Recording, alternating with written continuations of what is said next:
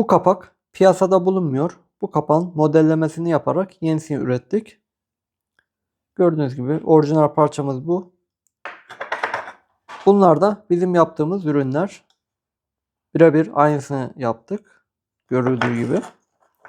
Parçalarımız asa malzemeden üretilmiştir. Güneşe ve sıcaklığa dayanıklı olması açısından.